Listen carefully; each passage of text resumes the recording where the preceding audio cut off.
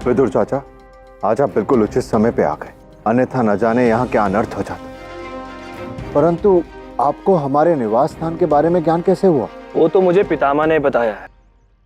उन्होंने कहा कि उनको किसी विशेष व्यक्ति ने सूचित किया है।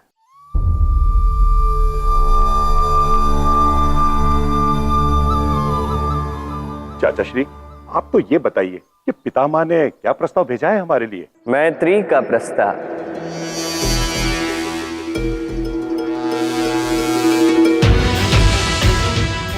अपने प्रिय पांडवों के लिए, अपने सर्वप्रिय अर्जुन के लिए, और किस प्रकार का प्रस्ताव भेजेंगे वो? बस पितामह है जिन्हें मैं सबसे अधिक स्मरण करता हूँ। शीघ्र अतिशीघ्र हस्तिनापुर जाकर मैं पितामह से मिलना चाहता हूँ। पितामह का भी यही प्रस्ताव है कि आप सब सम्मान के साथ हस्तिनापुर वापस लौट आए, ताकि कौरवों और पांडवों के भ्राता प्रेम बनाए रखने के लिए कोई संधि की जाए, ताकि एकता बनी रहे।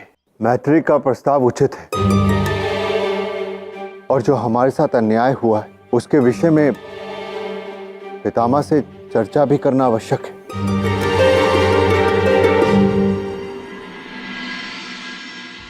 प्रणाम माते। ये सब क्या है? आपने अपने कक्ष को तो स्वर्ण रत्न कक्ष बना दिया है। मेरा वश चले तो ये कक्ष ही क्यों, मैं तो स्वर्ण और रत्नों से एक भव्य रथ का निर्माण करवा दूं, और फिर वो रथ मैं तुम्हारे भाइयों के पास भेज दूं, जिसमें पूरे सम्मान के साथ बैठकर मेरे प्रिय और पुत्र समान पांडव अपने घर हस्तिनापुर लौट आए।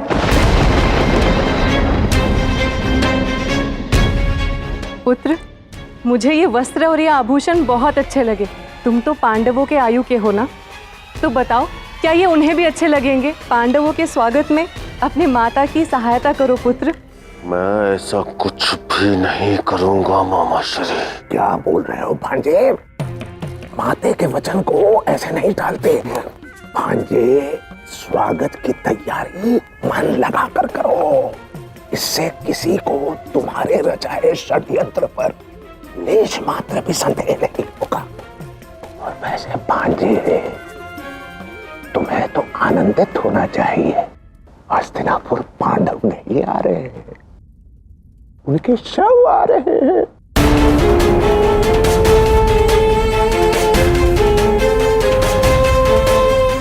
आइए माता, मैं आपकी सहायता करता हूं।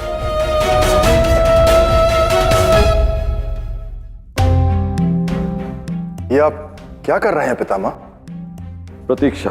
आप किसकी प्रतीक्षा कर रहे हैं पितामह? पांडवों की। ना ही अभी तक पांडव आए और ना ही दुर्योधन के भेजे हुए सैन्य बल का कोई आदेश।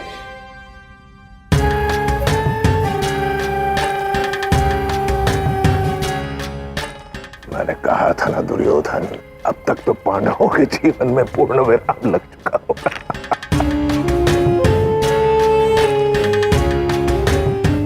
प्रणाम पितामह। महाराज की जय हो। एक अत्यंत आनंद भरा समाचार आया है। आनंद भरा समाचार? कहो संदेशवाहक। इससे पहले कि युवराज के सैनिक पांडवों को खोजते, महामंत्री विदुर उनके पास पहुंच गए, और ये संदेश भी उन्हीं ने भेजा है कि शीघ्र ही वो स्वयं पांडवों को लेकर यहाँ आते ही होंगे। किंतु महामंत्री विदुर किसके आदेश से वहां गए? युवराज, अपने क्रोध को नियंत्रण में रखें। स्वयं मैंने ही विदुर को भेजा था। किंतु महामहिम भीष्म, क्या महाराज धृतराष्ट्र की भी यही इच्छा थी? आप हस्तिनापुर के अतिथि हैं, मैं नहीं। मैं महाराज धृतराष्ट्र को भली भांति जानता हूं। वो भी राजकुमारों को सेना द्वारा लाए जाने के पक्ष में नहीं होंगे। याद रहे, पांडव हमारे पुत्र हैं, हस्तिनापुर के राजकुमार हैं। उन्हें लाने के लिए किसी अपने का ही जाना उचित होगा। यही नीति संगत है, और धर्म भी। सही कहा, उन्होंने जो किया धर्म संगत किया। सत्य है, धर्म संगत तो है ही। किंतु महामहिम भीष्म, आपने कैसे जाना कि पांडव कहाँ हैं? क्योंकि हमारी सेना भी गई हुई है उनकी खोज में। उनके वास्तविक निवास का तो किसी को ज्ञान नहीं है। महामहिम, तो अचानक विदुर कैसे पहुंच गए वहां? हस्तिनापुर के महान साम्राज्य और धर्म पर्यांतर का केवल मैं ही रक्षक नहीं हूं गांधार नरेश। इस राजवंश के और भी रक्षक हैं। जिन्हें इस राज्य की, इसके परिवार की शुभ चिंता है। समझ लीजिए उसी में से किसी ने हमें समाचार दिया होगा।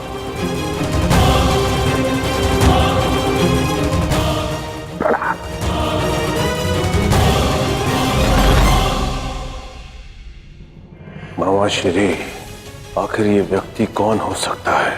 मुझे सोचने का समय दो दुर्योधन। वो कौन है जिसने शकुनी के बिछाए पासों को बदल दिया? कौन है वो जिसने मुझे मेरे ही खेल में मात दी थी?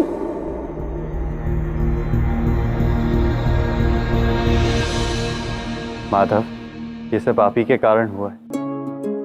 सही कहा था आपने, शस्त्र सही समय पर उठाने चाहिए और मैत्री की प्रतीक्षा आखिरी क्षण तक करनी चाहिए। आपके इस मार्गदर्शन के लिए आपका बहुत बहुत धन्यवाद। एक धन्यवाद तो तुम्हें भी स्वीकार करना होगा पार्थ। मैंने मार्ग दिखाया किंतु तुम उस पर चले थे, वही बड़ी बात है। मैंने संसार में अनेक लोगों का मार्गदर्शन किया है किंतु उस पर कुछ ही लोग चल पाए। बहुत बहुत धन्यवाद। विदुर चाचा, इस प्रस्तावित पर निर्णय तुरंत हो जाना चाहिए।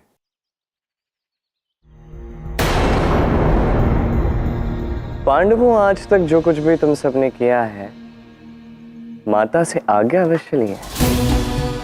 आज ऐसा कोई विचार मन में नहीं है। हाँ माधव, परंतु इस प्रस्ताव को माता मना क्यों करेंगी? है ना माता? अंततः हमें हस्तिनापुर जाना ही है, हमारे सब कुछ वही तो है।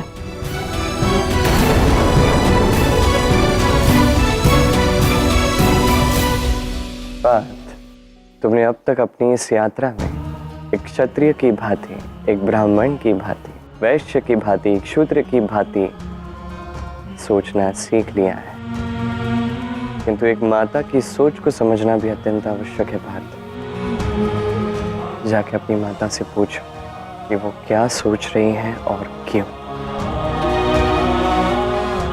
क्या हुआ माता? आप मौन क्यों है? आप क्या सोच रही हैं?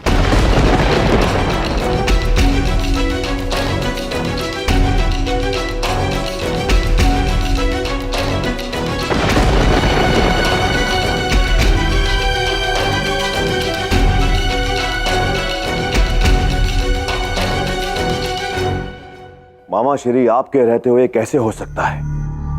वो महामंत्री विदुर पांडवों के पास पहुंच गया, वो भी आपके रहते हुए। तुम निश्चिंत रहो मित्र, यदि पांडव आ रहे हैं तो उन्हें आने दो। मेरे जीवन का उद्देश्य तुम जानते ही हो, अर्जुन को परास्त करना। मैं हस्तिनापुर की सीमा पर ही रहूंगा और जैसे ही वो आएगा मैं उसे द्वंद्व के लिए ललकारूंगा और उसे परास्त कर दूंगा और पूरा राज्य तुम्हारे चरणों में रख दूंगा। कदाचित यही उचित है। पांडव हस्तिनापुर कभी नहीं आएंगे। किंतु मामा श्री, इतने विश्वास के साथ आप कैसे कह सकते हैं? आना तो उन्हें माता की आज्ञा से ही ना। कुंती को मैं भली भांति जानता हूं, वो नहीं मानेगी, वो नहीं आएगी भांजे। मां औरों की तरह नहीं सोचती, तर्क वितर्क से परे होती है मां, भावनाओं से सोचती है। न विदुर न पांडव मना पाएंगे कुंती को। माता बिना कुछ कहे चली गई, क्यों? अब इसका उत्तर तो तुम्हें स्वयं अपनी माता से पूछना चाहिए। जाइए अब सभी माता से बात कीजिए, समझने का प्रयास कीजिए वो क्या रहा है।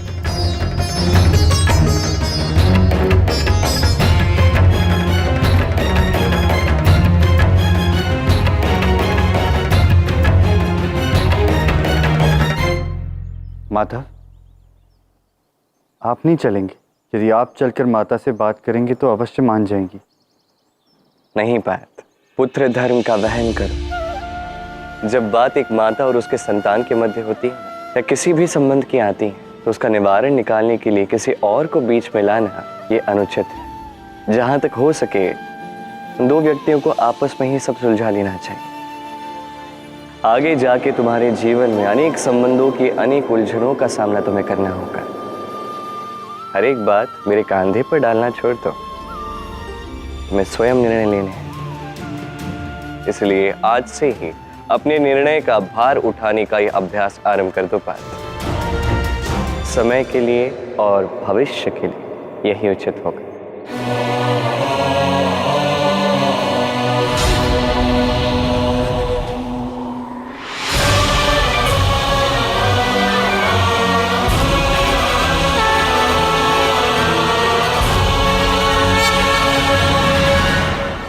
माताश्री, क्या हुआ?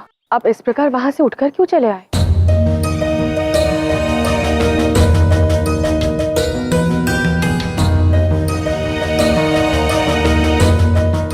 माता, विदुर चाचा स्वयं हमें लेने आए हैं। अब तब भी हस्तिनापुर हमारे घर क्यों नहीं जाना चाहते? घर? मेरे लिए घर वो है जहां मेरे सारे पुत्र सुरक्षित रहे। और जिस हस्तिनापुर को तुम अपना घर समझते हो, वहां पर तुम्हारे सबके प्राणों पर सबसे ज्यादा संकट है। जो भयंकर घटना लाक्षागृह में हुई थी, उसके पश्चात मैं हस्तिनापुर कैसे लौट जाऊं? कदाचित उसी हस्तिनापुर में तुम्हारे मृत्यु कांड का षड्यंत्र रचा गया था। तो तुम ही बताओ पुत्र, कैसे और किस पर विश्वास करके मैं तुम्हें वापस उसी संकट में ले जाऊं, उसी हस्तिनापुर में ले जाऊं? हाँ, तुम्हें कभी भी कोई भी क्षति पहुंचा सकता है।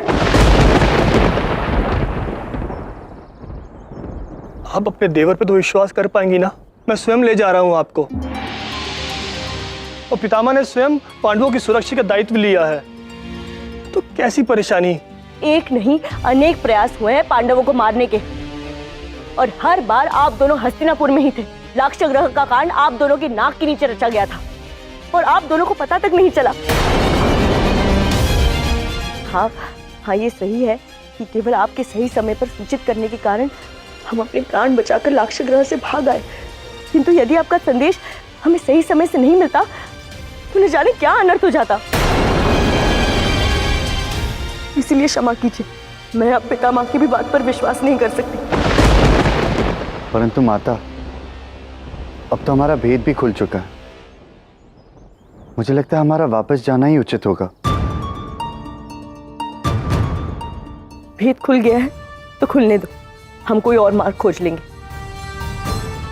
किंतु हस्तिनापुर वापस नहीं जाएंगे, और ये मेरा अंतिम निर्णय है। और इस विषय में मुझे और कोई चर्चा नहीं चाहिए। आओ द्रौपदी, रात के भोजन का प्रबंध करते हैं।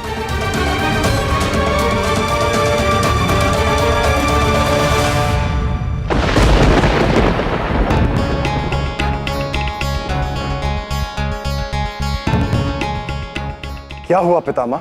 कहिए ना, क्या संदेश आया विदुर की ओर से? कब आ रहे हैं हमारे पांडव?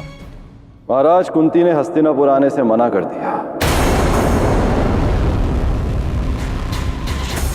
किंतु क्यों? कारण विदुर ने बताया नहीं। मैंने कहा था ना भांजे, कुंती हस्तिनापुर नहीं आएगी। ये तो बहुत ही शुभ समाचार है मामा श्री। शुभ समाचार तो ये है भांजे, संभवतः वो व्यक्ति इस समय पांडवों के साथ नहीं है, अन्यथा वो कुंती को मनाता और कुंती अवश्य यहाँ आती।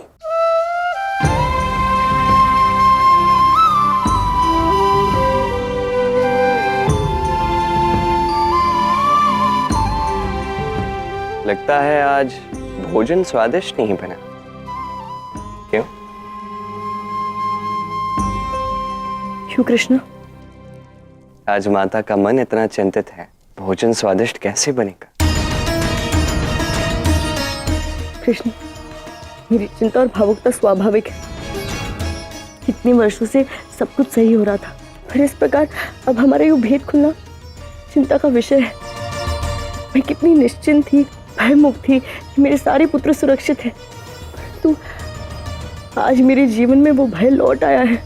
तो कभी ना कभी तो इससे भयमुक्त होना होगा ना बुआ। कृष्ण, तुम मुझे मनाने का प्रयास मत करो।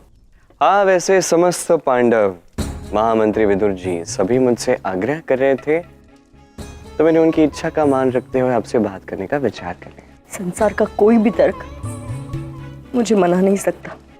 और यदि मैं कहूं कि मैं स्वयं पांडवों की सुरक्षा का दायित्व लूंगा, तब भी नहीं। सच कृष्णा, तुम दायित्व लोगे? तुम अपनी द्वारका की सेना को लेकर हमारे साथ हस्तिनापुर चलोगे?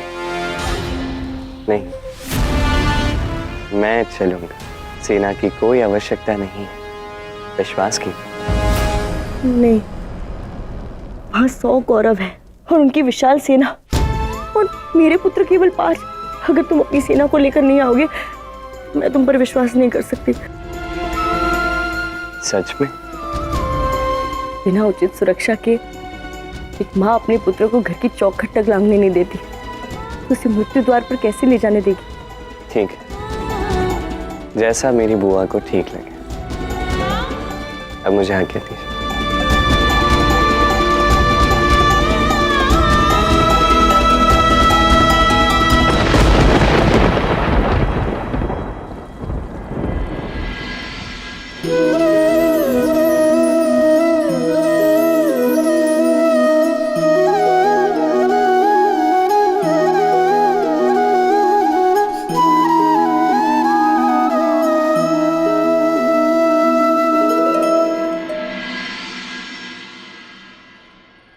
क्या हुआ माधव, आप रुक क्यों गए?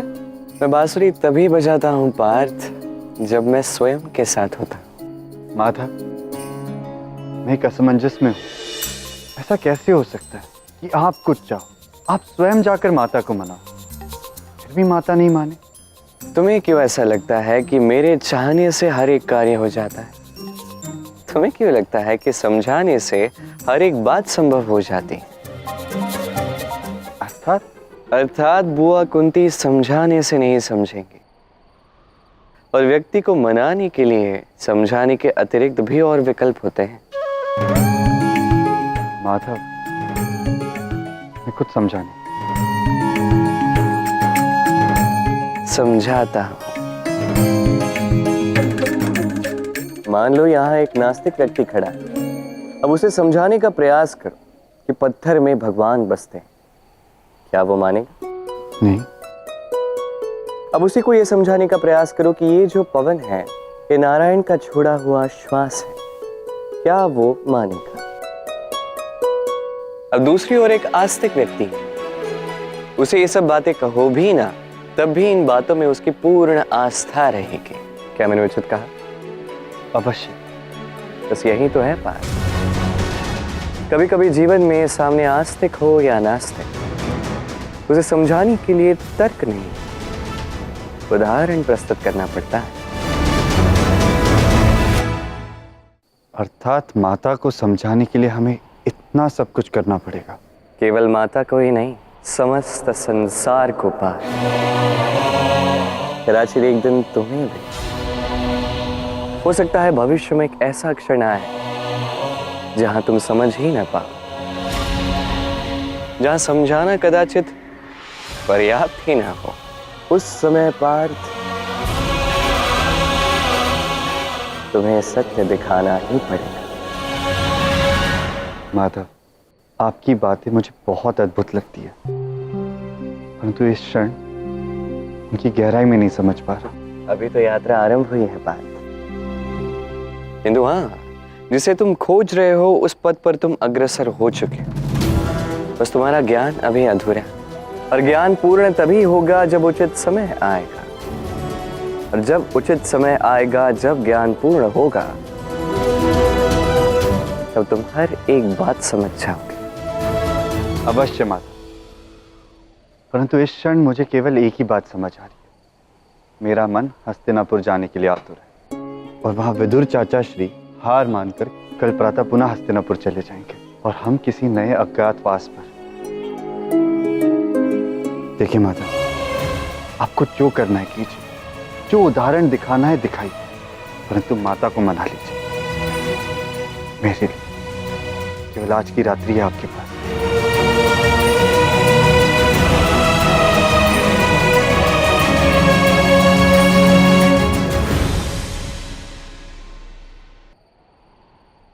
अब तो ये करना ही होगा, किंतु ये केवल तुम्हारे लिए नहीं करूंगा भाई। मार्ग है ये धर्म का, ये मैं करूंगा शकुनी के लिए भी, क्योंकि उसे भी ज्ञात होना चाहिए यहाँ पांडवों के साथ कृष्ण भी उपस्थित है।